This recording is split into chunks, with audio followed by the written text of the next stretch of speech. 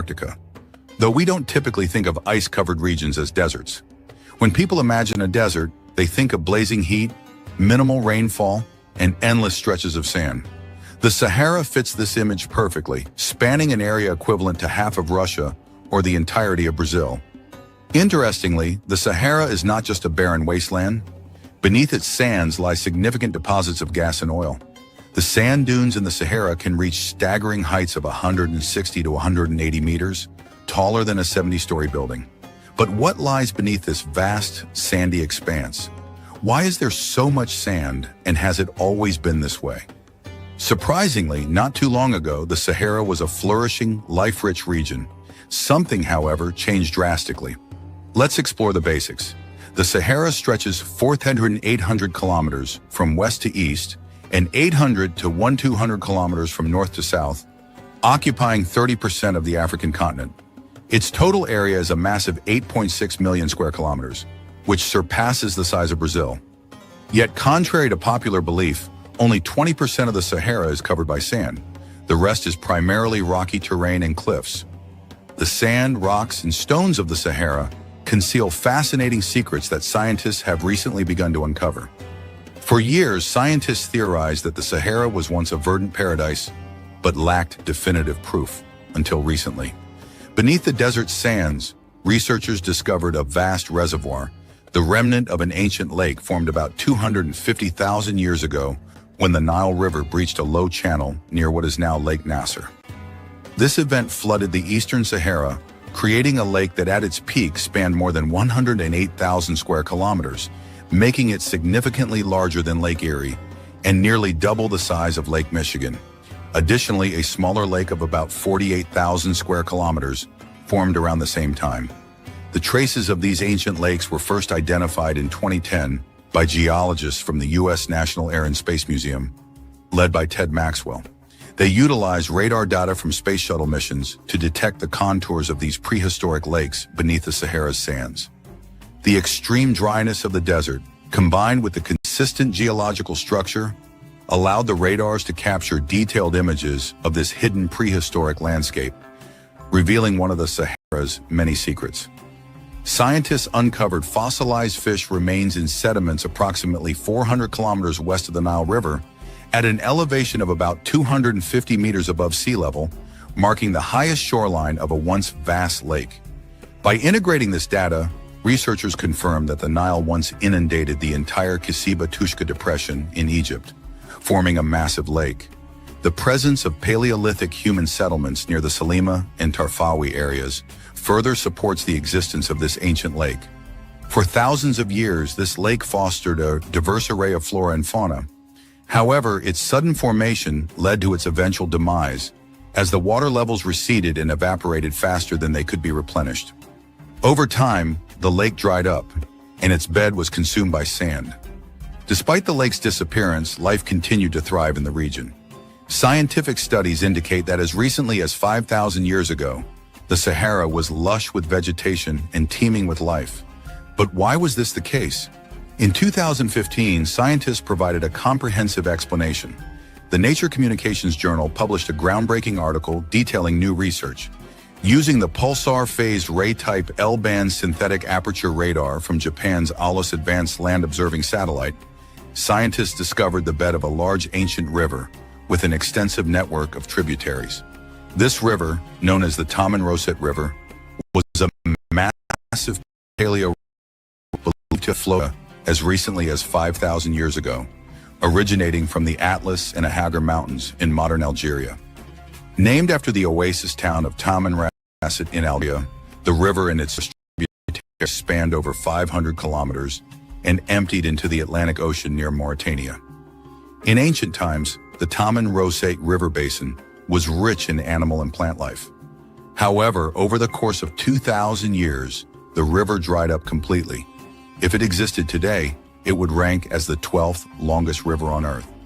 Some scientists speculate that the river may have intermittently appeared and disappeared over the past 245,000 years, a period that coincides with the existence of the ancient lake in the region. Regardless, the Tamanrosset River was a crucial water source that transformed Central Africa into a thriving green paradise. Even today, traces of this ancient waterway remain, feeding the famous oases of the Sahara, with underground currents and reservoirs hidden beneath the sands. The story of the Sahara becomes even more fascinating when we delve deeper into its prehistoric past, millions of years ago. During the Mesozoic era, the waters of the Tethys Sea covered what is now the Sahara. In these ancient waters, ancestors of modern whales, known as Bilosaurus, thrived.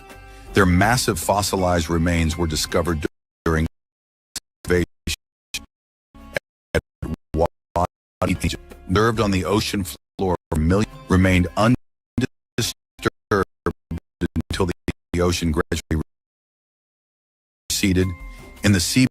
Due to the ocean, the Sahara is sometimes referred to as the Valley of the Whales.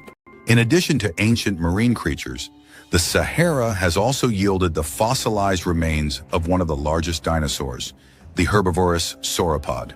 This giant, which measured 32 meters in length and weighed up to 60 tons, was a remarkable discovery that captivated the scientific community.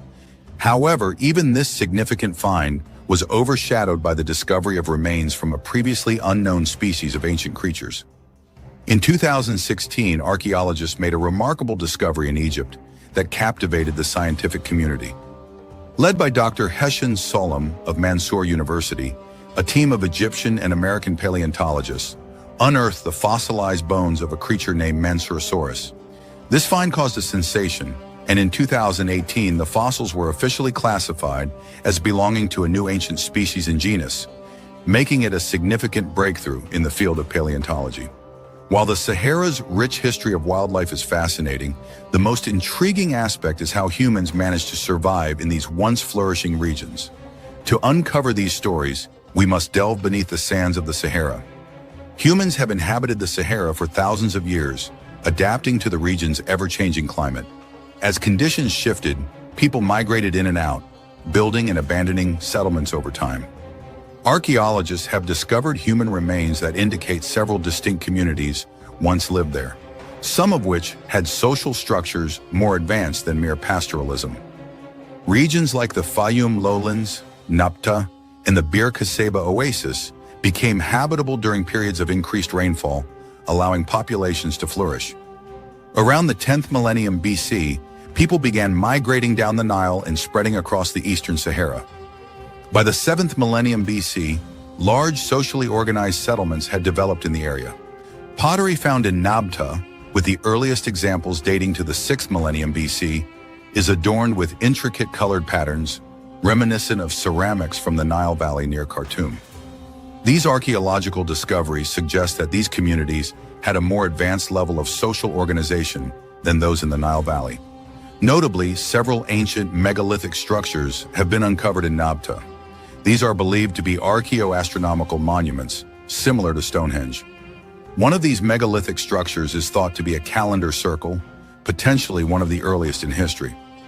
Astrophysicist Thomas J. Brophy and other scientists have proposed that these structures also had religious significance.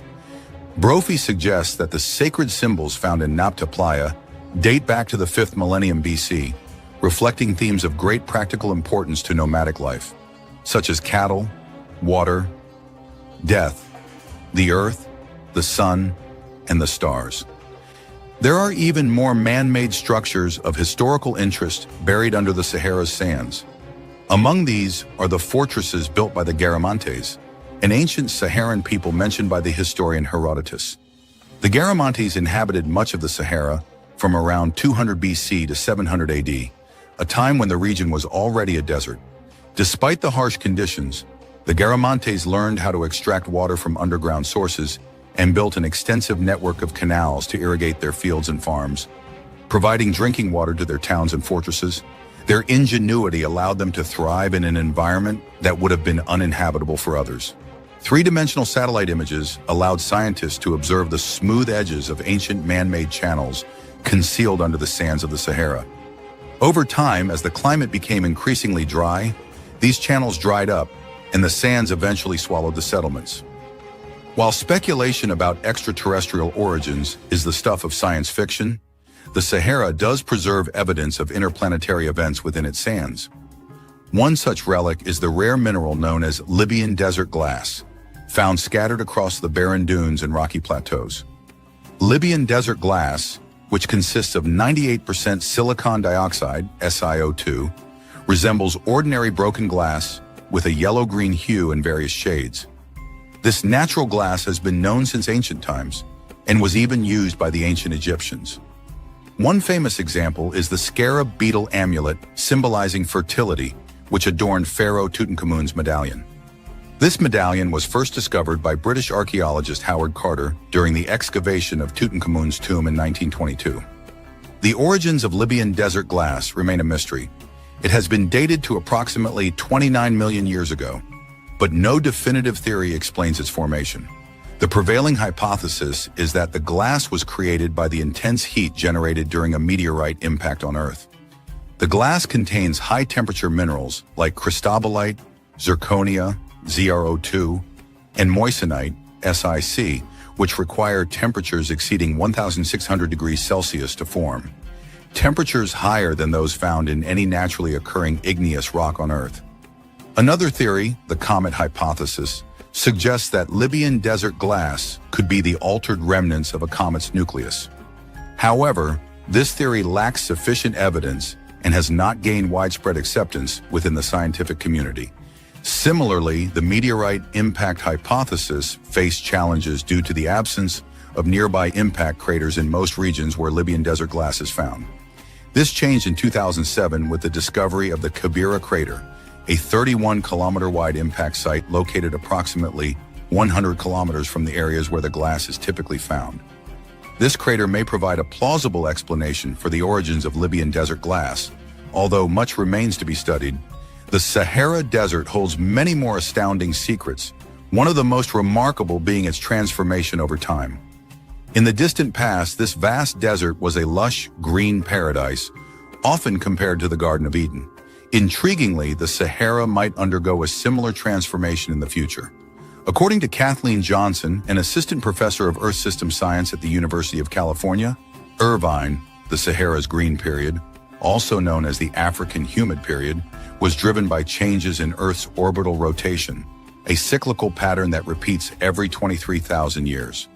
Consequently, in as little as 10,000 years, the Sahara could once again become a verdant landscape.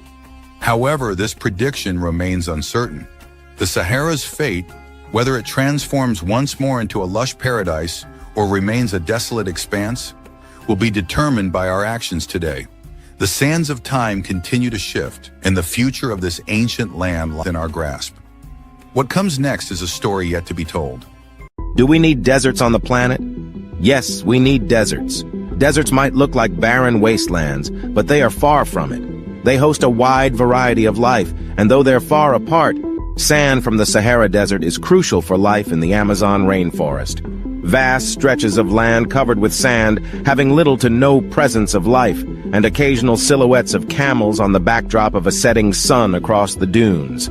These are the kind of images that pop to mind when someone hears or thinks of a desert. Regardless of the romanticism that these mental images possess, deserts are largely believed to be one of the most difficult places for any organism to live. Such apparent lifelessness, prevailing harsh environmental conditions, and the depressing emptiness has made people consider deserts to be both ecological and economic wastelands. However, there is no dearth of reasons as to why deserts should be considered as unique geographical and ecological features on the planet, and why we should think of these ecosystems as critical to life as we know it. Let's explore that a little bit. What kinds of deserts do we have on Earth? To understand the importance of desert ecosystems, we first need to know the different types of landscapes that fall under this umbrella term. True deserts are often defined by the presence of certain environmental conditions, such as less than 25 centimeters of average annual rainfall and high levels of evaporation of water from the soil. Under such a definition fall a whole range of habitats, some more apparent as deserts than others. Deserts of the world are largely classified into 4 distinct categories. Coastal deserts. It's a no-brainer that coastal deserts are large stretches of sandy areas located next to a sea or ocean and are typically more prevalent on the west coast of the continents. For example, the Atacama Desert in South America. Hot and dry deserts. These are deserts that offer the harshest climatic conditions of all. These are huge patches of land with rolling sand dunes and annual rainfall of less than 0. Huyut 2, 20 centimeters, along with a very high rate of evapotranspiration. An example of this is the Sahara Desert in Africa. Semi-arid deserts. These are deserts with an average annual rainfall of 20 to 50 centimeters, which results in them being comparatively less arid and more favorable for vegetation than the previous category. The Great Basin Desert in North America is an example of this variety. Cold deserts. Unlike the others, these are deserts located in extremely cold areas, generally situated in higher latitudes with low rainfall and high aridity. That is the Gobi Desert in Central Asia. So what do deserts help support our ecosystem? Deserts are a home to animals. Deserts are mainly known for their sparse landscapes and lack of vegetation, but they also provide a home to many species that can't be found in other places, like the kangaroo rat and cactus wren. Deserts provide the perfect habitat for warm weather creatures to roam around without having to worry about finding food or shelter. It's not uncommon for desert animals to deal with high levels of starvation during the summer months when prey is hard to find. 91 mammal species, 319 bird species, and 67 lizard species call deserts their home. Deserts provide a home for plants. Deserts are home to more than 25% of all plant species found on the planet. Many plants have adapted to survive the dry climate, which often includes extremely high levels of sunlight, little rain or snowfall, and very sandy soils. Despite their bleak appearance, deserts are lush with plant life. They provide a home for cacti and other plants that have evolved to survive in the harsh climate. Deserts are a home to people. They are home to more than 2 billion people who rely on their ecosystem for food security. Desert communities have developed their own culture and handicraft items that play a huge role in the local economy and trade with other cultures. They provide a habitable place for us due to the low population density and plentiful natural resources like oil reserves and minerals. Deserts are a good source of minerals. Despite their inhospitable nature, deserts are an important source of minerals. Deserts are known as mineral wastelands, as they have been used as a source of raw materials to make products like bricks, glass, and cement. They contain large deposits of useful minerals such as coal, copper, gold, iron ore, natural gas, and petroleum. Deserts are unique places of adventure. In addition to their mineral value, deserts also have a high rate of endemism for plants and animals. Due to the lack of water and other nutrients found in other habitats, desert species tend to be smaller or shorter than their counterparts in other ecosystems. Deserts are home to some unique creatures like lizards that can store water in their bodies, the camel that can go weeks without drinking water, and small mice that use their large incisors to stay hydrated by chewing on desert plants. Hence, the deserts provide tourists with an opportunity to explore new destinations. Desert vacations are now becoming more popular as people want to experience the desert's barren landscape and unique animals. Deserts are areas of endemism. Desert soils are nutrient poor, which contributes to the scarcity of plant life and animal species. The low rainfall, lack of water, and vegetation make them good places for scientists to research endangered species and their habitats. Deserts are located in just about every corner of the planet. They are found near the equator, in temperate regions, at higher elevations, in grasslands, in areas with high rates of precipitation, areas with extreme heat, and along rivers. Deserts are key for ecological studies. Deserts are especially good for studying the effects of climate change on animal life. Because deserts are mostly isolated from other habitats, their plant and animal species aren't as affected by outside factors like humans or deforestation. Deserts are also key study areas for scientists looking to research how different species of plants and animals can survive in harsh environments. Deserts are home to many interesting creatures that have adapted to the climate. Humans rely on desert ecosystems for survival as they provide shelter, energy, minerals, and trade opportunities. The deserts of the world are of great importance to the planet and its people. Deserts. In the age of humans, despite all these critical services that deserts provide, they haven't been spared from non-sustainable exploitation by humankind. Deserts harbor 13 of the 15 major mineral deposit types, as well as a considerable amount of mineral oil and natural gas. Many of these resources are harvested in a non-environmentally friendly manner, which leads to the overall degradation of these ecosystems. Large-scale mining, habitat conversions, and the establishment of solar power plants have all been done in the name of making deserts productive lands. However, these choices, coupled with climate change, have already affected the ecosystem in many detrimental ways. Currently, deserts are one of the most fragile and threatened ecosystems on Earth. Although the expansion of deserts into arid or semi-arid zones is alarming for the planet, a complete loss of deserts is neither wanted nor beneficial for the planet. The absence of deserts will not only impact global biodiversity in the form of species extinction, but will also bring catastrophic changes to the life and livelihood of the billion people who inhabit these spaces and impact the global economy. So as we said at the beginning of the video, yes, we need deserts. Thanks for watching.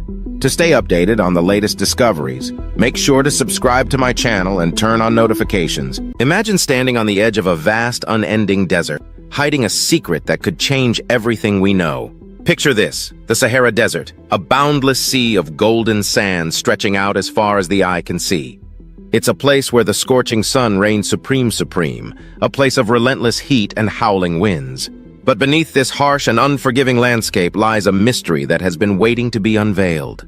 A team of intrepid scientists embarked on an expedition drawn to the Sahara by its enigmatic allure. Equipped with state-of-the-art technology and driven by insatiable curiosity, they set out to explore the uncharted depths of this desert. Every grain of sand could be a key, every dune a hidden door to a world unknown. The first signs of an unusual discovery began to take shape. The readings from their instruments were unlike anything they had encountered before. The data was perplexing, almost unbelievable. It was as if the desert itself was whispering secrets into their ears, secrets that spoke of a time long forgotten. A sense of mystery and suspense hung in the air as thick and palpable as the desert heat.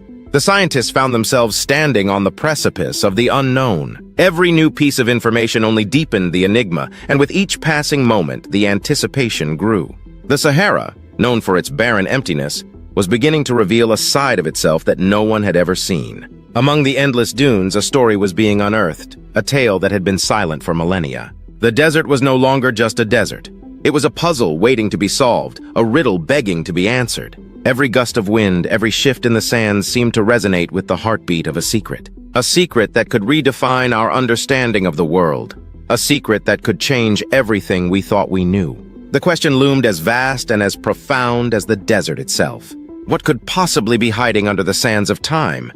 Beneath the relentless sun and shifting sands, a revelation was waiting to be unearthed. North, in the heart of the Sahara, where the arid dunes stretch as far as the eye can see, a team of intrepid scientists embarked on an expedition of unprecedented scale. Their mission was to probe the mysteries that lay beneath the desert's surface, deep within its ancient bosome. Days turned into weeks and weeks into months. The relentless desert sun bore down on them. The sands shifted beneath their feet, and the winds howled around them like a chorus of spectral voices.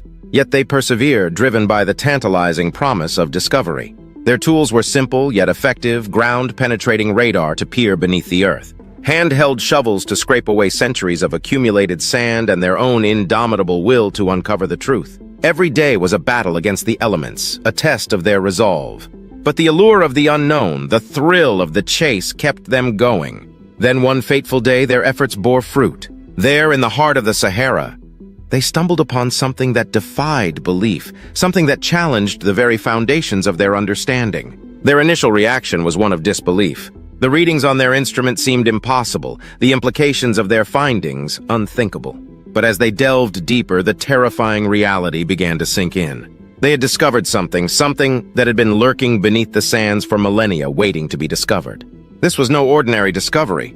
This was something that had the potential to change everything. It was a revelation that challenged established scientific theories, a find that could rewrite history. The sheer magnitude of the discovery was overwhelming. The implications terrifying. As news of the discovery spread, the world held its breath. Scientists and laymen alike grappled with the implications. What could it be? What did it mean? The answer to these questions would have to wait for another day. A discovery so terrifying it sent shivers down the spines of the toughest scientists. The revelation that emerged from the depths of the Sahara was unlike anything anyone had seen before. Brace yourselves as we delve deeper into the mystery that has sent shockwaves through the scientific community. Imagine, if you will, walking into a room filled with darkness, armed with nothing but a small flashlight. This is akin to our understanding of the Earth, a place we call home, but know so little about. In the heart of the Sahara Desert, a region often associated with desolation and emptiness, scientists have stumbled upon a discovery that has turned our understanding of the Earth on its head. Beneath the seemingly endless stretches of golden sand and scorching sun lay a vast network of underground rivers and lakes, a hidden aquatic world that defies all known geographical and environmental norms. But it wasn't just the existence of this subterranean water system that was startling. It was what these waters concealed that truly shook the scientific community to its core. In the depths of these underground waters, scientists found an array of never-before-seen life forms, species that had evolved in complete darkness, isolated from the outside world for millions of years. But here's the terrifying part. These life forms exhibited characteristics unlike any known terrestrial species. Their survival in such extreme conditions hinted at the possibility of life forms that could thrive in environments previously deemed inhospitable, even on other planets. The terrifying discovery was not just about the existence of an entirely new ecosystem, but what it implied. It suggested that life as we know it, life as we've defined it, might just be a drop in the ocean of possibilities. This discovery forced us to reconsider our understanding of life, pushing us into a realm of uncertainty and opening up a Pandora's box of existential questions. So what was initially a geological exploration turned into a biological discovery that challenged our very definition of life and our place in the universe. This was not just a discovery, it was a terrifying testament to the unknown depths of our planet. The world stood still as the horrifying truth from beneath the Sahara began to sink in. Imagine the Sahara, a vast expanse of sand and solitude, hiding a secret so monumental that it shakes the very foundations of our understanding. Now, this secret is out in the open, sending shockwaves across the globe as we grapple with its implications. Leading scientists who have dedicated their lives to the study of our planet were left stunned. Renowned geologist Dr. Evelyn Stone likened the revelation to finding a new piece in the puzzle of Earth's history, a piece we didn't even know was missing. She went on to say, "This discovery has the potential to rewrite textbooks, to shift paradigms. It's not just a game changer, it's a whole new game." But what does this all mean for us, the non-scientific layman? Well, let's paint a picture. Imagine waking up tomorrow and finding out that the world is not round, but square. It's that level of paradigm shift. It's like discovering a new color that's been in front of our eyes all along, but we just didn't have the capacity to see it. It's like realizing that the Earth isn't the center of the universe, but just a tiny speck in the grand cosmic scheme of things. This discovery has the potential to change the way we view our place in the universe. It could lead to advancements in technology, to a deeper understanding of our past, and to a clearer vision of our future. However, it's not all roses and rainbows. With every discovery comes a new set of challenges. How do we adapt to this new understanding? How do we navigate the unknown territory that this revelation opens up? And perhaps most importantly, what other secrets is our planet hiding as we stand on the precipice of this new era? The world looks different. It feels different because it is different. The Sahara, a once silent and unassuming desert, has spoken, and its voice has echoed across the world, leaving us with more questions than answers. The implications of this discovery were earth-shattering, changing everything we thought we knew. The terrifying discovery under the Sahara Desert has forced us to rethink everything. This isn't just a shift in perspective. It's a seismic jolt that's shaken the very core of our understanding, our knowledge, and our perception of the world we inhabit. This discovery, unearthed from the heart of the Sahara, has opened our eyes to a past we never knew existed. It has revealed secrets that have been buried for millennia, waiting silently under the desert sands, holding on to stories of civilizations that flourished and perhaps perished, and ecosystems that thrived in unexpected ways. What we once believed to be an arid, lifeless expanse has now been revealed as a canvas on which nature has painted vibrant scenes of life and evolution. This discovery is a testament to the fact that the Earth, our home, is an ever-changing entity, constantly evolving and transforming, often in ways we can't even begin to comprehend. The implications of this discovery are profound. It forces us to question our assumptions and biases. It compels us to look beyond what we see on the surface and delve deeper. It encourages us to be more curious, more inquisitive, and more open to the possibility that there is so much we don't know about our planet. In a way, this discovery is a humbling reminder of our place in the grand scheme of things. It's a wake-up call, urging us to respect and treasure our planet, to learn from its past and work towards a sustainable future. As we grapple with this new knowledge, we find ourselves at the threshold of a new reality. A reality that's filled with mysteries waiting to be solved, stories waiting to be told, and lessons waiting to be learned. As we stand on the brink of this new reality, one thing is certain. The world as we know it has been forever changed by the terrifying discovery under the Sahara Desert. The Amazon, with its lush landscapes and diverse wildlife, has long captivated explorers and scientists alike. But my friends, what if I told you that hidden within this paradise is a secret so startling that it's sending shockwaves through the scientific community? What could be lurking beneath the surface of this seemingly serene wilderness? Scientists, armed with cutting-edge technology and an insatiable curiosity, have been delving into the mysteries of the Amazon rainforest. As they peel back the layers of greenery, they've stumbled upon a discovery that challenges our understanding of this vast ecosystem. What could it be that has left even the most seasoned researchers wide-eyed with astonishment? The answer lies in the microscopic world, a realm often overlooked in the grandeur of the Amazon. Beneath the towering trees and amidst the tangled undergrowth, a terrifying force has been silently at work. Hold on, because we're about to uncover the hidden truth that has left scientists trembling. As we delve deeper into the heart of this chilling revelation, the very fabric of the Amazon rainforest unravels to expose a hidden nightmare. Picture this. A group of intrepid scientists, armed with microscopes and determination, embark on a journey to reveal the secrets concealed within the very essence of the rainforest. What they uncover sends shockwaves through the scientific community and leaves us questioning the equilibrium of this once thriving ecosystem. We've been granted unprecedented access to the scientists at the forefront of this discovery, individuals whose faces mirror both fascination and fear. These are the men and women who, armed with scientific curiosity, ventured into the microscopic realm of the Amazon. What did they find that has left even the most seasoned researchers on edge? The answer lies in a microscopic predator, a silent assassin that has been preying on the unsuspecting inhabitants of the rainforest. The microscopic predator, previously unknown to science, reveals itself as a true terror of the unseen. These tiny but potent creatures disrupt the very foundation of the rainforest's delicate ecosystem. They operate as silent invaders, casting a shadow over the intricate dance of life that has unfolded for centuries beneath the towering canopy. Our investigative journey takes us closer to these minuscule menaces. Imagine, if you will, a microscopic realm teeming with life and death struggles. These predators, with their insidious tactics, infiltrate the unsuspecting microcosm of the Amazon, preying on organisms essential to the equilibrium of the entire ecosystem. It's a biological war playing out on a scale invisible to the human eye. The implications of this discovery are staggering.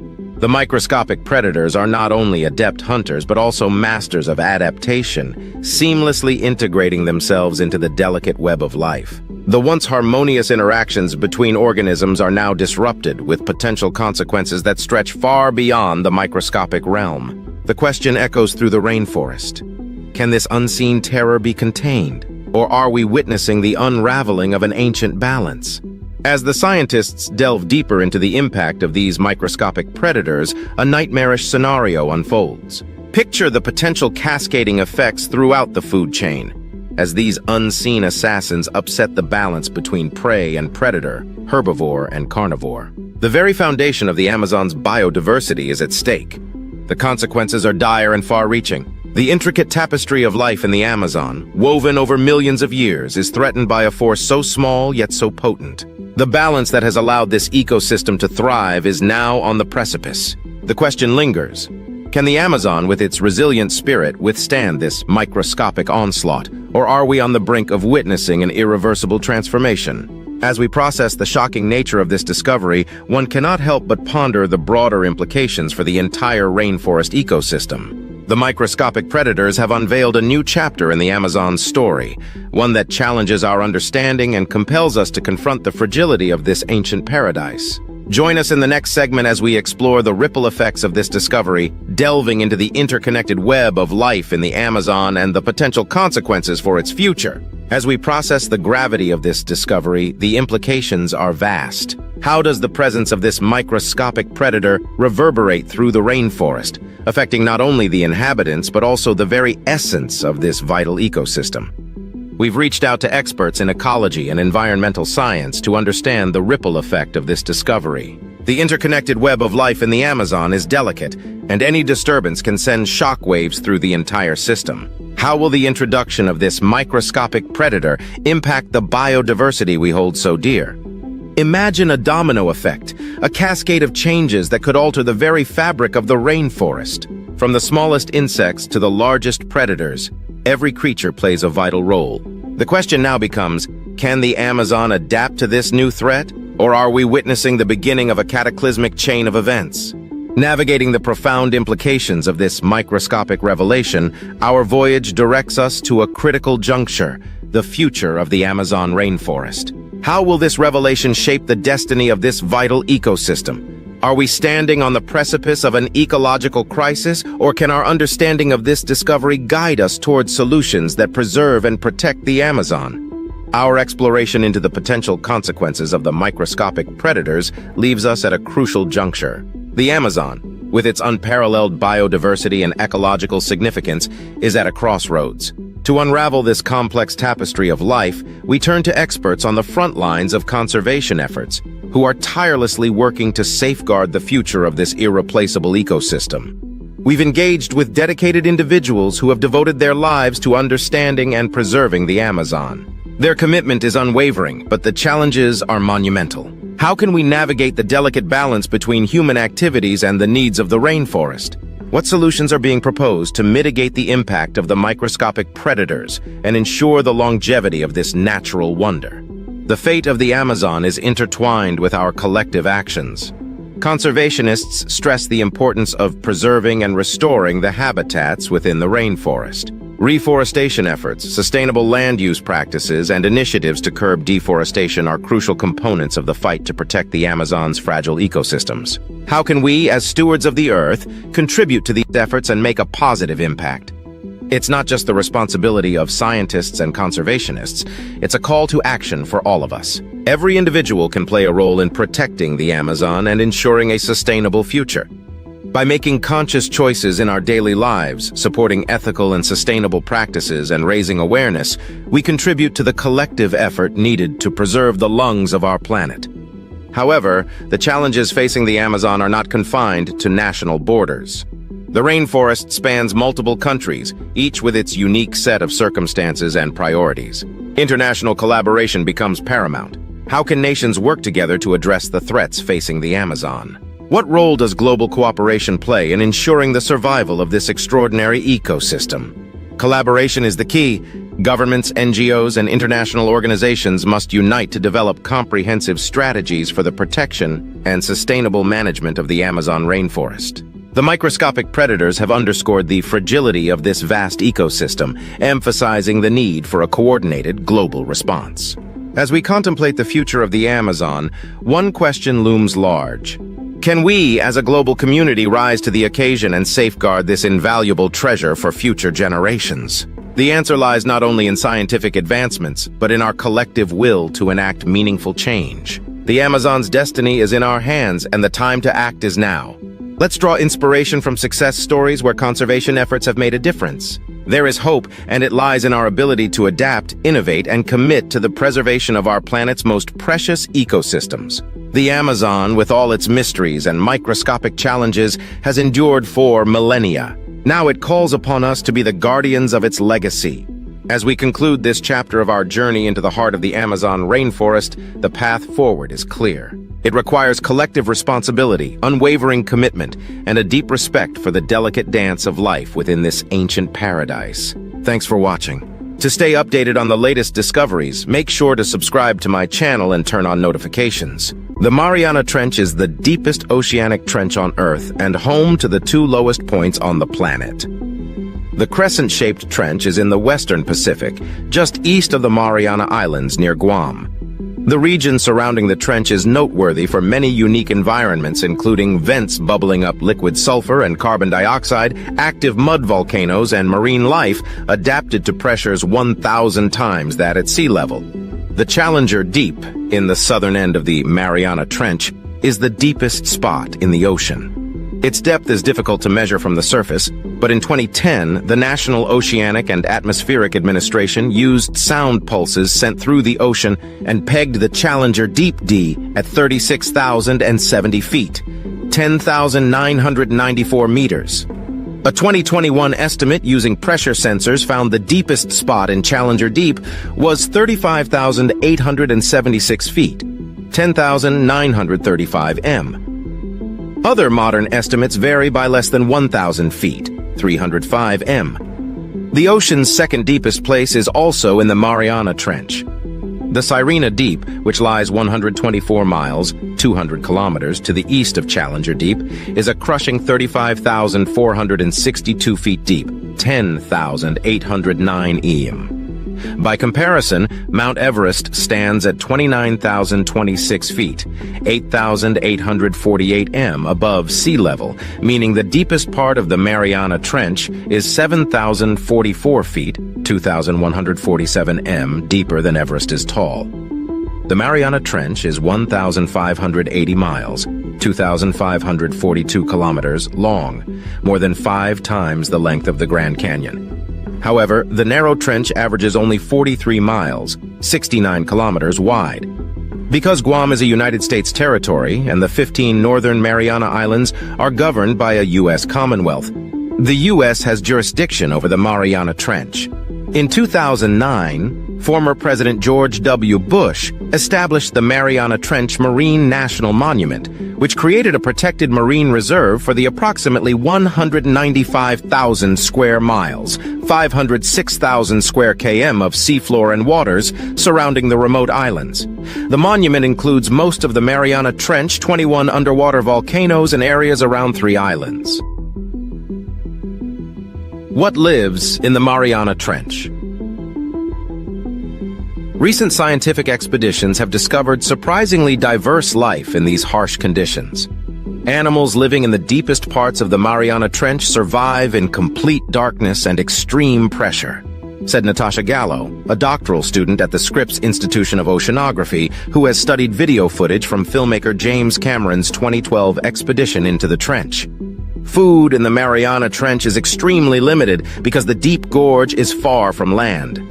Terrestrial plant material rarely finds its way into the bottom of the trench, Gallo told Live Science, and dead plankton sinking from the surface must drop thousands of feet to reach Challenger Deep.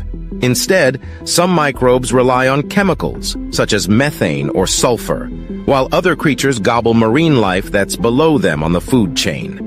The 3 most common organisms at the bottom of the Mariana Trench are xenophyophores, amphipods, and small sea cucumbers, holothurians, Gallo said.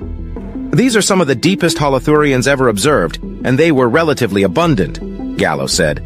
The single-celled xenophyophores resemble giant amoebas, and they eat by surrounding and absorbing their food. Amphipods are shiny, shrimp-like scavengers commonly found in deep-sea trenches. How they survive down there was a bit of a mystery because amphipod shells dissolve easily in the high pressures of the Mariana Trench. But in 2019, Japanese researchers found that at least one species of the Mariana Trench dwellers uses aluminum extracted from seawater to shore up its shell. During Cameron's 2012 expedition, scientists also spotted microbial mats in the Sirena Deep, the zone east of the Challenger Deep. These clumps of microbes feed on hydrogen and methane released by chemical reactions between seawater and rocks. One of the region's top predators is a deceptively vulnerable-looking fish. In 2017, scientists reported they had collected specimens of an unusual creature dubbed the Mariana snailfish, which lives at a depth of about 26,200 feet, 8,000 m. The snailfish's small, pink, and scaleless body hardly seems capable of surviving in such a punishing environment. But this fish is full of surprises, researchers reported in a study published that year in the journal Zootaxa.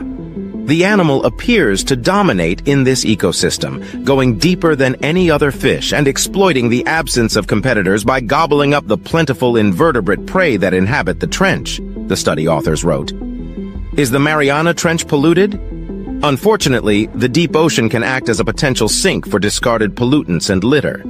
In a study published in 2017 in the journal Nature Ecology and Evolution, a research team led by scientists at Newcastle University in the United Kingdom showed that human-made chemicals that were banned in the 1970s are still lurking in the deepest parts of the ocean. While sampling amphipods, shrimp-like crustaceans, from the Mariana and Kermadec trenches, the researchers discovered extremely high levels of persistent organic pollutants, POPs, in the organism's fatty tissues. These included polychlorinated biphenyls, PCBs, and polybrominated diphenyl ethers, PBDEs, chemicals commonly used as electrical insulators and flame retardants, according to a study published in the journal Nature Ecology and Evolution. These POPs were released into the environment through industrial accidents and landfill leakages from the 1930s until the 1970s, when they were finally banned. We still think of the deep ocean as being this remote and pristine realm, safe from human impact, but our research shows that sadly this could not be further from the truth. Lead study author Alan Jameson, a senior lecturer in marine ecology at Newcastle University, said in a statement, "In fact, the amphipods in the study contained levels of contamination similar to that found in Suruga Bay, one of the most polluted industrial zones of the Northwest Pacific. Since POPs cannot degrade naturally, they persist in the environment for decades, reaching the bottom of the ocean by way of contaminated plastic debris and dead animals. The pollutants are then carried from creature to creature through the ocean's food chain, eventually resulting in chemical concentrations far higher than surface-level pollution. The fact that we found such extraordinary levels of these pollutants in one of the most remote and inaccessible habitats on Earth really brings home the long-term, devastating impact that humankind is having on the planet," Jameson said in the statement. Nor is the Mariana Trench immune from the plastic pollution that invades the world's oceans. A 2018 paper in the journal Geochemical Perspectives found that microplastics were alarmingly common in the lowest waters of the Mariana Trench, indicating that these plastics filter through the ocean to concentrate at its deepest points. What scientists found in the Mariana Trench.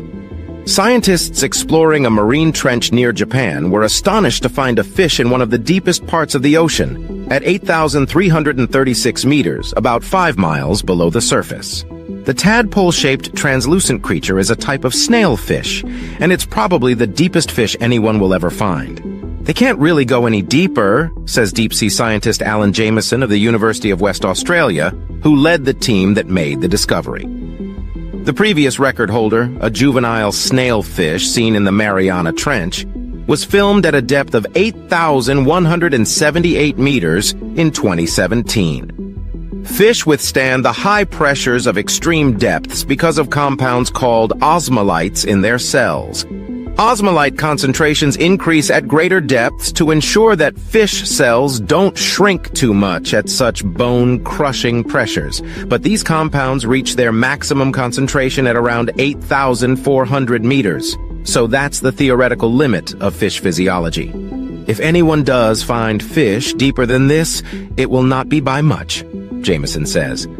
Ichthyologist Prasanta Chakrabarty, curator of fishes at Louisiana State University's Museum of Natural Science, is impressed that the fish, a species in the genus Pseudoliparus, could survive so far down, where the water pressure is 800 times that of the surface.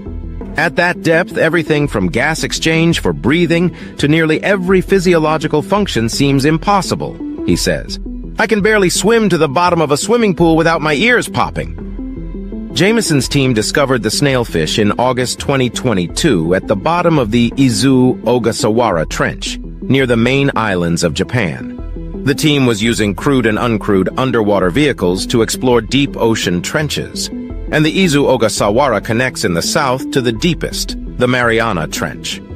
The deepest parts of the Japanese trench are slightly warmer than the Mariana, reaching about 1.7 degrees Celsius, 35 degrees Fahrenheit, Jameson says. The warmer water seems to be why the snailfish survive. Osmolytes are less effective at low temperatures, and these snailfish are living near the edge of what's possible. The difference is a fraction of a degree, so we wouldn't care, Jameson says, but it makes a difference to marine animals. To photograph the fish, researchers on board the DSSV pressure drop sent down a lander, an autonomous underwater vehicle equipped with cameras, lights, and batteries, along with a weight to carry the contraption to the sea floor. The researchers used landers that carried dead fish as bait, deep-sea crustaceans ate the bait, and the snailfish came to eat the crustaceans. The lander that made the finding photographed a single juvenile snailfish at 8,336 meters. Though the team couldn't identify the type of snailfish, two others from the species Pseudoliparus belyaevi were caught in baited traps nearby, at a depth of 8,022 meters. More than 400 species of snailfish are known from shallow waters to extreme depths, and each species adapts to where it lives, Jameson says. Each trench has its own snailfish in it, he says. Once they've evolved to cope in a trench, they cannot decompress to get from one trench to another. In an email to Scientific American, ichthyologist Dahiana Arkila, curator of marine vertebrates at the University of California, San Diego's Scripps Institution of Oceanography, noted the part played by technology in the discovery. Rovers and landers will gain a deeper understanding of the unexplored regions of our planet's oceans, she wrote. Thanks for watching. To stay updated on the latest discoveries, make sure to subscribe to my channel and turn on notifications. These explorers spent weeks in Antarctica searching for a long-lost ship, sending underwater robots deep below the ice, hoping to make polar history. Have you ever wondered what secrets lie beneath Antarctica's ice? Imagine a place so remote and extreme that only a few brave scientists venture there each year, facing harsh conditions to uncover the unknown. So what exactly have they discovered? How do these revelations impact us? And what else might be lurking under the ice? Today we're diving into the heart of this frozen continent to reveal some of the most shocking discoveries made by scientists. This is a journey you won't want to miss. Antarctica is the southernmost continent in the world and a hotspot for scientific research. While some people enjoy planning cruises to Antarctica, those trips are something of a drive-by. The continent is actually inhabited by many scientists and researchers. Around 400 scientists spend the winter on this icy continent each year, and new discoveries in Antarctica are made every year. When these marine biologists, geologists, oceanographers, and geophysicists all work together, amazing discoveries take place. These scientists and researchers collect data, gather video footage, use radar technology, and embark on expeditions on and around Antarctica. There are plenty of discoveries constantly being made of the world's coldest desert and its surrounding seas. Some interesting recent scientific discoveries in Antarctica relate to the ozone layer, earthquakes, shipwrecks, and million-year-old DNA. Of course, as with any body of water, new things continue to unsurface throughout the Antarctic. From ships to treasures to new species, the Antarctic proves to be one of the most interesting oceans in the world. Researchers planned a colossal squid expedition. Scientists conducted a colossal squid exploration in December 2022 and were able to grab videos and photos of some of the rare species swimming far beneath the surface. While this discovery in Antarctica is still underway, it is a story regarding Antarctica worth knowing about. An international expedition of scientists is set to travel to Antarctica in December 2022 to capture video footage of the colossal squid. This type of squid is the largest invertebrate in the world. This expedition could reveal important information about the behaviors and habits of colossal squids, as well as information on animal life in Antarctica in general. This species was first discovered in 1925, so the goal of the scientists is to capture footage of this majestic creature before the 100-year anniversary of its discovery. The ozone hole above Antarctica is growing larger. The ozone layer's hole above Antarctica has grown larger, exposing the continent to warmer temperatures from the sun. This next discovery in Antarctica relates to the ozone layer, or the layer found in Earth's stratosphere that essentially protects the Earth from the sun's harmful UV rays. In the fall of 2022, scientists discovered that the hole in the ozone located above Antarctica is the largest it has ever been, with the hole measuring larger than the size of the entire United States. With global warming and a depleting ozone layer, many people worry about Antarctica's future. It makes you wonder what Antarctica would look like if all the ice melted.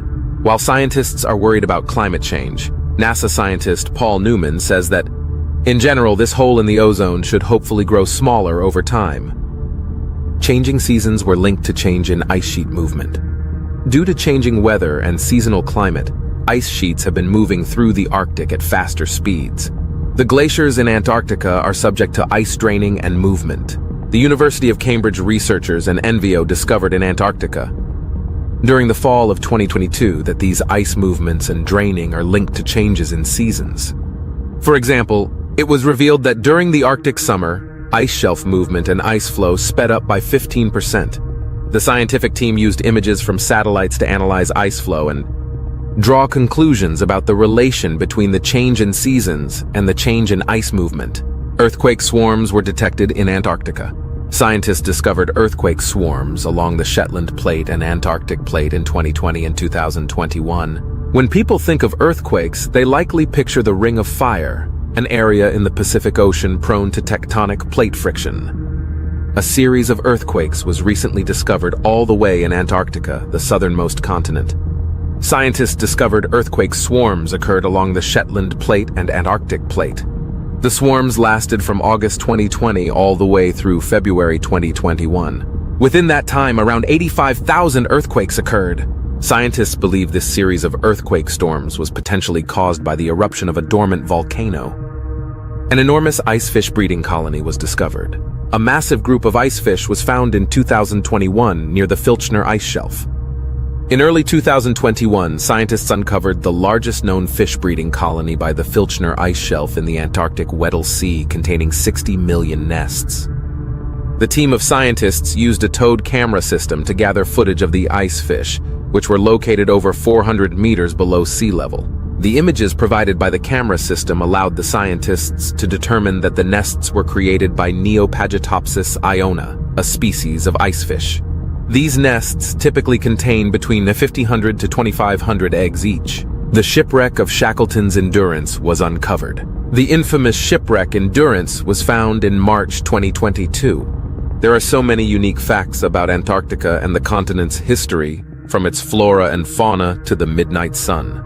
One interesting part of Antarctica's history is the sinking of the steam yacht Endurance in 1915. The ship belonged to explorer Ernest Shackleton, who survived the shipwreck and later passed in 1922. The ship was finally discovered in March 2022 by a South African polar research team. Researchers are overjoyed not only with the discovery, but the excellent condition Endurance is in.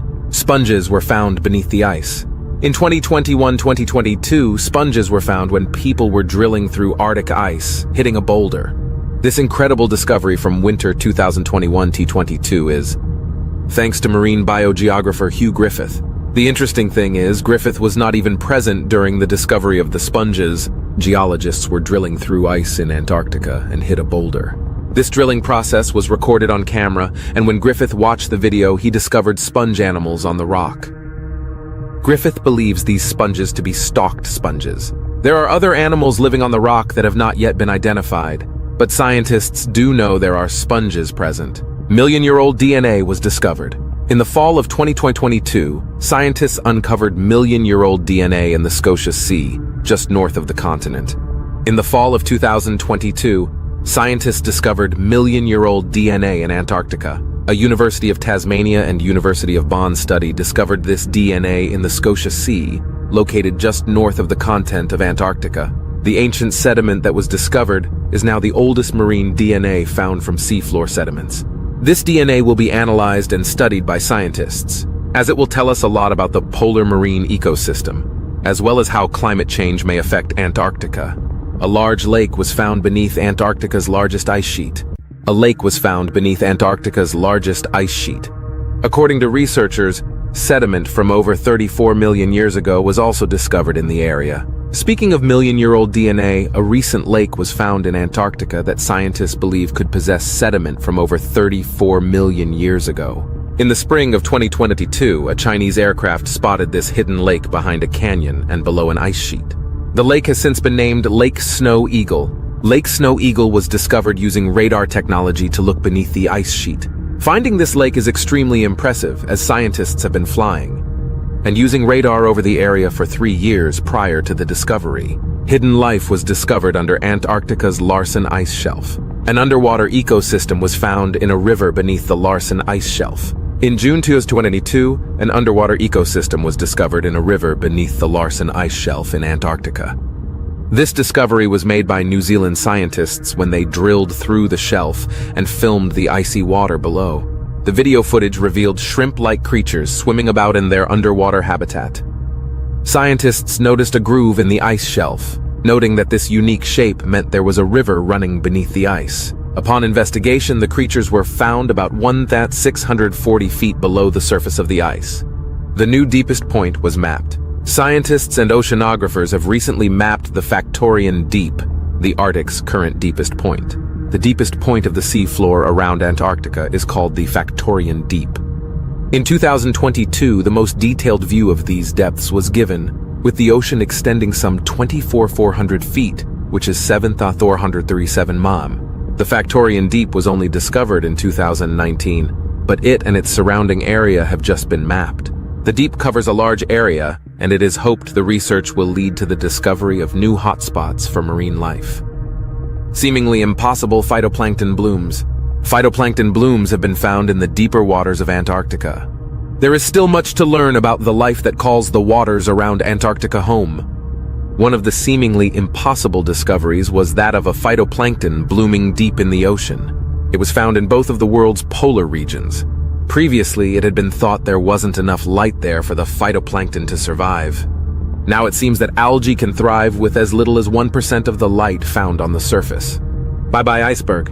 One of the world's largest icebergs, A76A, has decided to leave the Arctic, breaking away from its once stationary positioning. Climate change is having a big impact on parts of Antarctica's ice sheets, leading to some of them breaking up.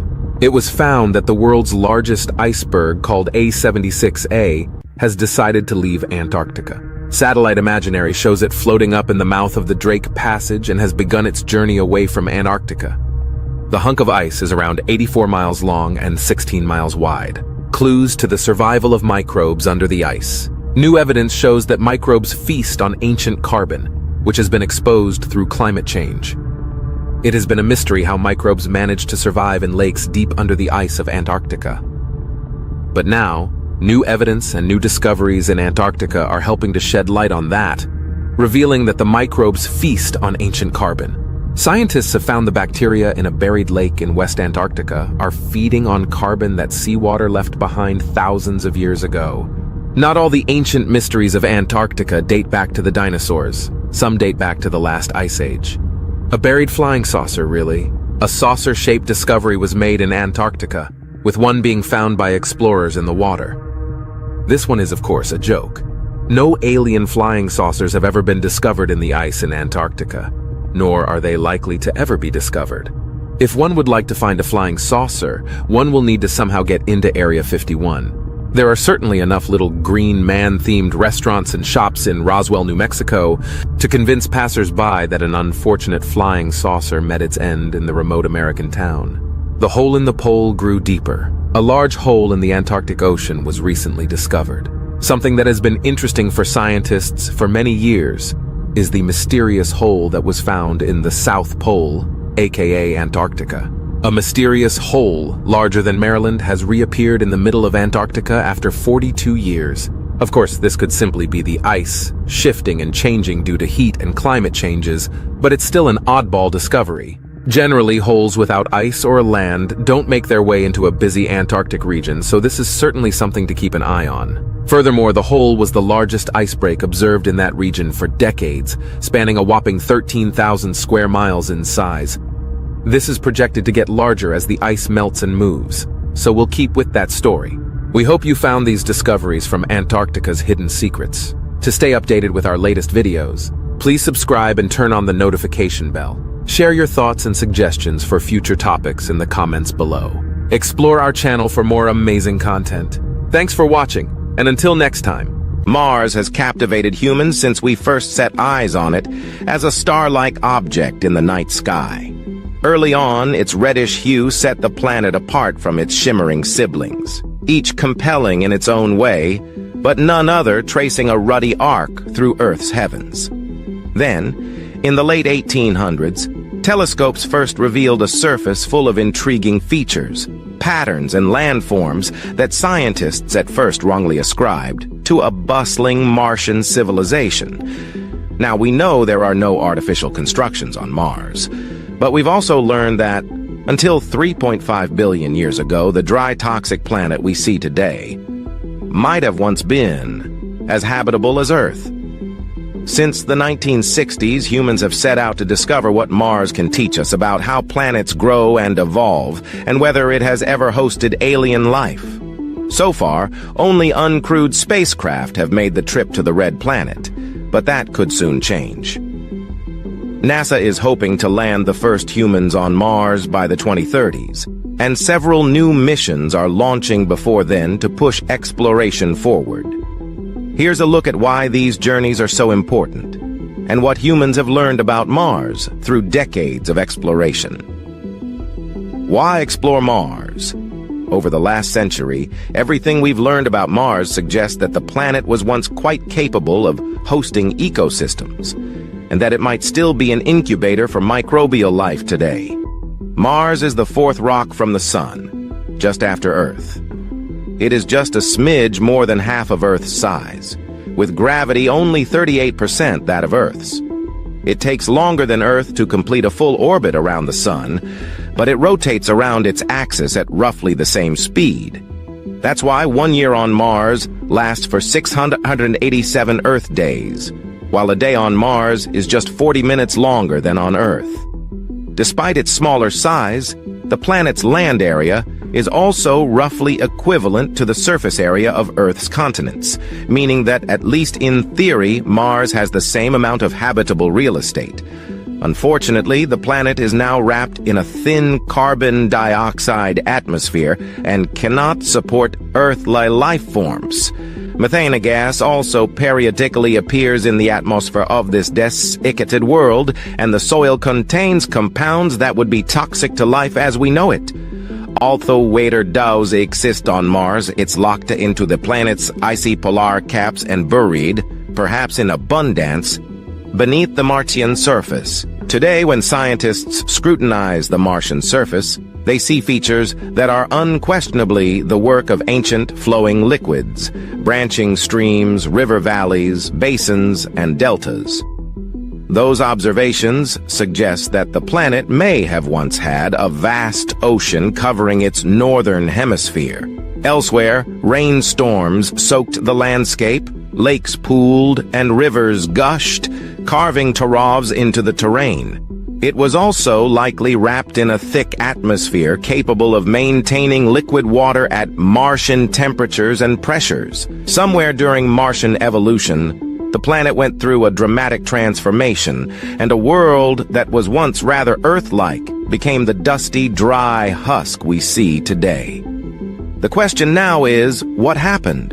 Where did those liquids go? And what happened to the Martian atmosphere? Exploring Mars helps scientists learn about momentous shifts in climate that can fundamentally alter planets. It also lets us look for biosignatures, signs that might reveal whether life was abundant in the planet's past, and if it still exists on Mars today. And the more we learn about Mars, the better equipped we'll be to try to make a living there, someday in the future. Past missions, major discoveries. Since the 1960s, humans have sent dozens of spacecraft to study Mars. Early missions were flybys, with spacecraft furiously snapping photos as they zoomed past. Later, probes pulled into orbit around Mars. More recently, landers and rovers have touched down on the surface. But sending a spacecraft to Mars is hard, and landing on the planet is even harder. The thin Martian atmosphere makes descent tricky, and more than 60% of landing attempts have failed. So far, 4 space agencies, NASA, Russia's Roscosmos, the European Space Agency, ESA, and the Indian Space Research Organization, ISRO, have put spacecraft in Martian orbit. With 8 successful landings, the United States is the only country that has operated a craft on the planet's surface. The United Arab Emirates and China might join that club if their recently launched Hope and Tianwen-1 missions reach the Red Planet safely in February 2021. Early highlights of Mars missions include NASA's Mariner 4 spacecraft, which swung by Mars in July 1965 and captured the first close-up images of this foreign world. In 1971, the Soviet space program sent the first spacecraft into Martian orbit. Called Mars 3, it returned roughly 8 months of observations about the planet's topography, atmosphere, weather, and geology. The mission also sent a lander to the surface, but it returned data for only about 20 seconds before going quiet. Over the subsequent decades, orbiters returned far more detailed data on the planet's atmosphere and surface, and finally dispelled the notion, widely held by scientists since the late 1800s, that Martian canals were built by an alien civilization. They also revealed some truly dramatic features. The small world boasts the largest volcanoes in the solar system and one of the largest canyons yet discovered, a chasm as long as the continental United States. Dust storms regularly sweep over its plains, and winds whip up localized dust devils. In 1976, NASA's Viking 1 and 2 became the first spacecraft to successfully operate on the planet's surface, returning photos until 1982. They also conducted biological experiments on Martian soil that were designed to uncover signs of life in space. But their results were inconclusive, and scientists still disagree over how to interpret the data. NASA's Mars Pathfinder mission, launched in 1996, put the first free-moving rover, called Sojourner, on the planet. Its successors include the rover's Spirit and Opportunity, which explored the planet for far longer than expected and returned more than 100,000 images before dust storms obliterated their solar panels in the 2010s. Now, 2 NASA spacecraft are active on the Martian surface. InSight is probing the planet's interior, and it has already revealed that Mars quakes routinely rattle its surface. The Curiosity rover, launched in 2012, is also still wheeling around in Gale Crater, taking otherworldly selfies and studying the rocks and sediments deposited in the crater's ancient lakebed. Several spacecraft are transmitting data from orbit: NASA's Maven orbiter, Mars Reconnaissance orbiter, and Mars Odyssey, ESA's Mars Express, and Trace Gas orbiter, and India's Mars orbiter Mission. Together, these missions have shown scientists that Mars is an active planet that is rich in the ingredients needed for life as we know it: water, organic carbon, and an energy source. Future of Mars. Exploration. Once every 26 months, Earth and Mars are aligned in a way that minimizes travel times and expense, enabling spacecraft to make the interplanetary journey in roughly half a year. Earth's space agencies tend to launch probes during these conjunctions, the most recent of which happens in the summer of 2020. 3 countries are sending spacecraft to Mars during this window. The United Arab Emirates, which launched its Hope spacecraft on July 20th and will orbit Mars to study its atmosphere and weather patterns. China, which launched its Tianwen-1 on July 23rd, and the United States, currently targeting July 30th for the launch of its Perseverance rover. Perseverance is a large, 6-wheeled rover equipped with a suite of sophisticated instruments. Its target is Jezero Crater, site of an ancient river delta and a likely location for ancient life forms to have thrived. Once on the surface, Perseverance will study Martian climate and weather, test technologies that could help humans survive on Mars, and collect samples from dozens of rocks that will eventually be brought to Earth. Among its goals is helping to determine whether Mars was or is inhabited, making it a true life-finding Mars mission. All of the robotic activity is, of course, laying the groundwork for sending humans to the next world over. NASA is targeting the 2030s as a reasonable time frame for setting the first boots on Mars and is developing a space capsule, Orion, that will be able to ferry humans to the moon and beyond. Private spaceflight companies such as SpaceX are also getting into the Mars game. SpaceX CEO Elon Musk has repeatedly said that humanity must become a multi-planetary species if we are to survive. And he is working on a plan that could see 1 million people living on Mars before the end of this century. Soon, in one way or another, humanity may finally know whether our neighboring planet ever hosted life, and whether there's a future for our species on another world. Thanks for watching. To stay updated on the latest discoveries, make sure to subscribe to my channel and turn on notifications. While Earth is honestly the best place for us to live in the solar system, what about other options? While human space exploration has expanded for decades, we have still been limited to this planet, its orbit, the ISS and other space stations, and past missions to the moon as of June 2023. Crewed missions to the moon are scheduled to begin next year. But Mars has been on the horizon for decades as the closest planet to our own. While it's not identical to Earth, human habitation is possible. So let's dive into 10 reasons to colonize and live on Mars. As the closest planet to home, Mars sits at an average of about 140 million miles, 225 million kilometers, but varies widely with the closest approaches at about 39, 63 million miles, 62, 101 million kilometers apart, and the opposition when both are at aphelion can be 249 million miles, 401 million kilometers apart. To make the fastest and most efficient trip, space agencies plan for a launch window around the closest approaches, but they also have to consider options like fuel efficiency, and so they might choose to use gravity assists around other astronomical objects like Venus, Earth, or the Moon to speed up the spacecraft, which makes the exact travel time a little more complicated. In general, a crewed mission to Mars would likely take about 6.5–8 months one way. While that's a long time to be in space, it's short compared to any other destination. This makes Mars the most reasonable next destination in space after the Moon for human space exploration. While Venus is closer, extreme temperatures, atmospheric pressure, and toxic atmosphere make it uninhabitable for humans, even though recent research suggests conditions may be favorable for bacteria in certain altitudes of its atmosphere. In fact, NASA's upcoming crewed missions to the Moon are actually much bigger than simply lunar colonization. They are the stepping stones for sending humans to Mars by the 2040 ES. In addition, many private space exploration companies like SpaceX have expressed interest in or even goals to send humans to Mars in the near future as well. So let's dive in. What are 10 reasons to colonize and live on Mars? The search for life off Earth.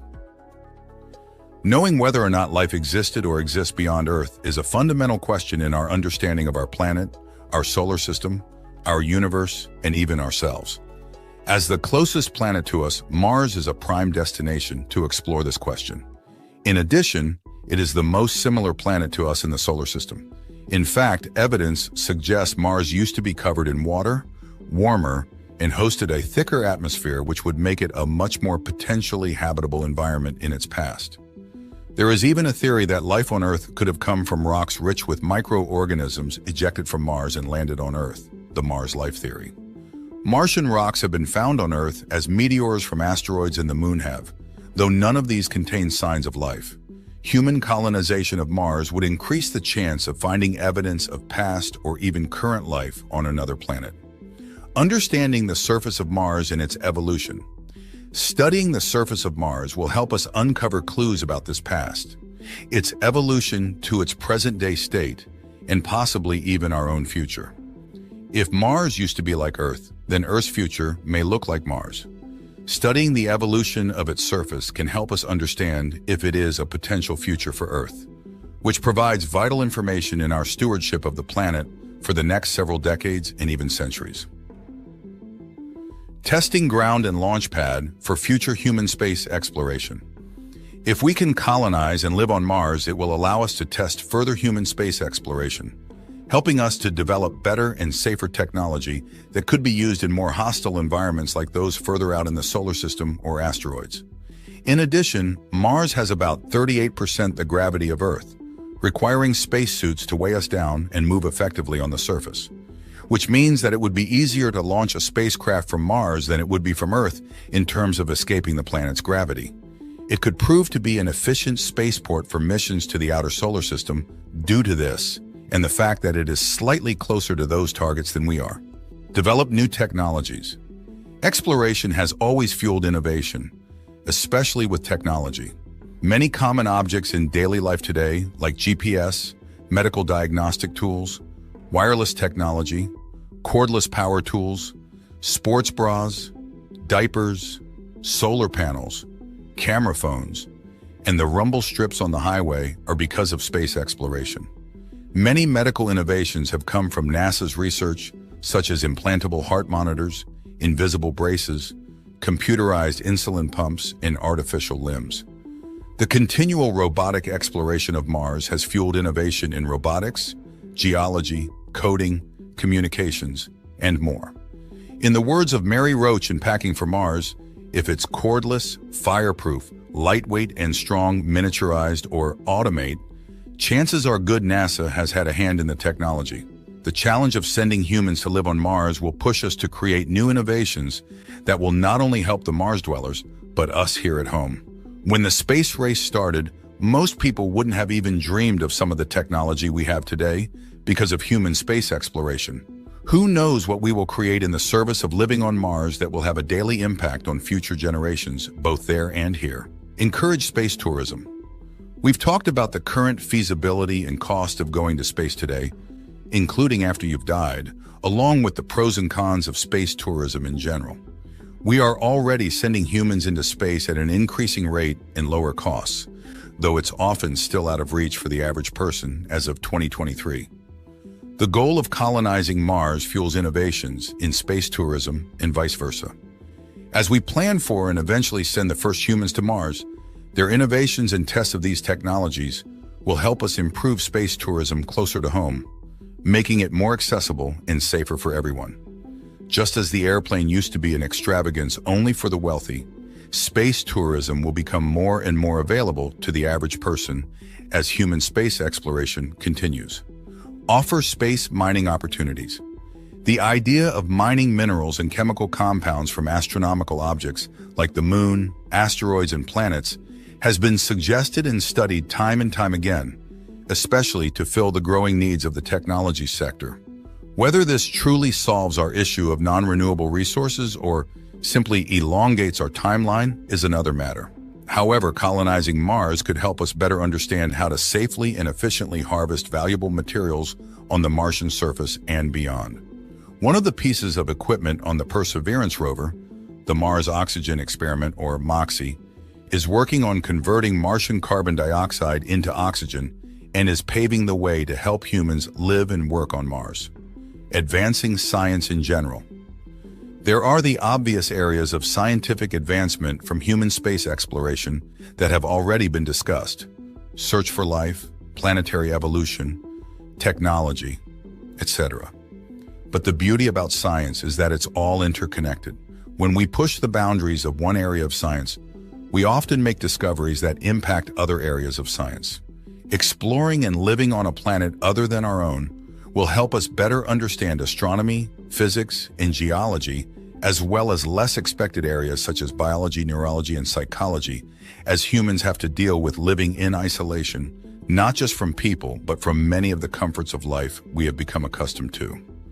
Another point to note is that many advocate that scientific discovery would happen much faster if humans were on Mars as opposed to just robots.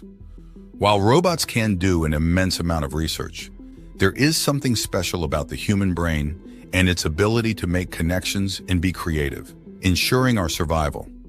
An obvious reason that is often brought up when discussing sending humans to and colonizing Mars is using it as a second home. If we have humans on planets other than Earth, it provides us with a backup home, so to speak, if something were to happen to Earth. If a meteor like the one that took out the dinosaurs collided with Earth, Having humans on Mars would preserve our species. We also know that side effects of human advancement have negatively impacted the environment, which could make human life more difficult or even impossible in the future. Having Mars as a second option to slowly move people to could help preserve our species, though many advocate we shouldn't doom Mars to the same fate by colonizing it before we understand how to care for our own planet sustainably. While Mars has many differences that would make life difficult for humans, that is the atmosphere, lower gravity, lack of easy, reliable access to water, etc., it is the best option in the solar system currently. Advancing as a species, just as exploration fuels all kinds of scientific discovery, it can help us as a species to advance and become better in a variety of ways. It inspires generations young and old to pursue new career paths. It forces us to consider our humanity and our home. It forces us to reconsider philosophy. When we better understand the solar system and the universe, it helps us better see just how special our corner of space is and helps us see our similarities instead of our differences in terms of other humans. Political and economic leadership in changed space exploration is fueled by policy, and in turn, a country can be fueled by space exploration. The space race is proof that space exploration impacts the politics and economy of a nation and its relationships with other nations. Since space exploration fuels innovation, the country that makes it to Mars will also see political and economic benefits that the other countries may not, or at least not for some time. When we invest in exploration, we invest in our future, which creates economic and political opportunities. As a result, especially in recent years, the prospect of going to Mars has become more tangible and exciting. Both space agencies and private space companies currently have plans to send humans to Mars in the coming decades. While many may offer the counter-argument that we have enough problems here on Earth to focus on before simply moving those problems to another planet, colonizing Mars would provide a number of beneficial impacts for science, innovation, and society. We as a species and as individual nations will have to make the decision concerning its importance.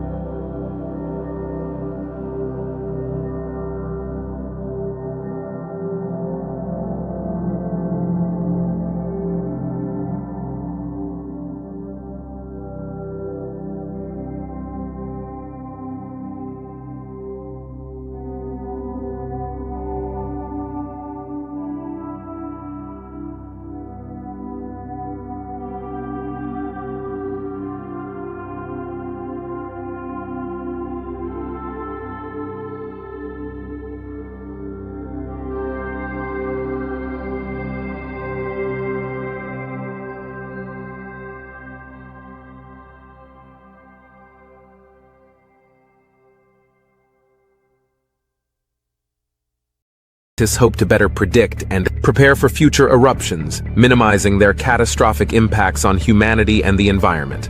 The immediate effects of a Yellowstone supervolcano eruption would be catastrophic, causing widespread devastation and chaos. As the superheated magma bursts through the surface, the eruption would begin with a massive explosion, sending ash, pumice, and volcanic gases high into the atmosphere. This initial blast would devastate the surrounding areas, obliterating everything within a radius of several miles. Pyroclastic flows, which are fast-moving currents of hot gas and volcanic matter, would sweep across the landscape at speeds of up to 700 kilometers per hour, incinerating everything in their path.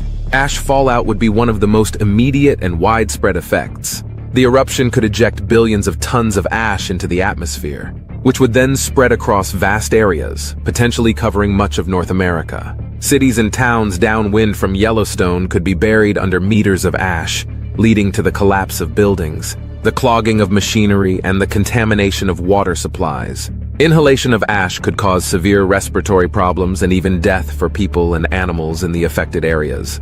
The massive injection of ash and sulfur dioxide into the atmosphere would create a volcanic winter, drastically reducing temperatures worldwide. The ash cloud would block sunlight, causing global temperatures to drop by several degrees. This sudden cooling would disrupt weather patterns, leading to shorter growing seasons and widespread crop failures.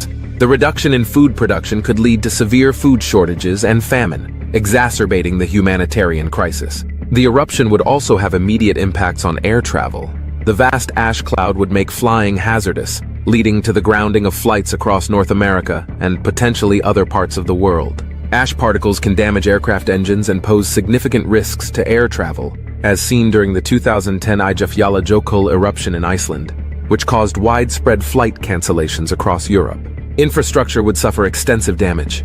Power lines would be brought down by the weight of ash, leading to widespread blackouts. Roads and highways would become impassable, hampering rescue and relief efforts. Communication networks would be disrupted, making it difficult for authorities to coordinate responses and for people to contact loved ones. In the immediate aftermath, emergency services would be overwhelmed. Hospitals would be inundated with patients suffering from burns, injuries, and respiratory issues.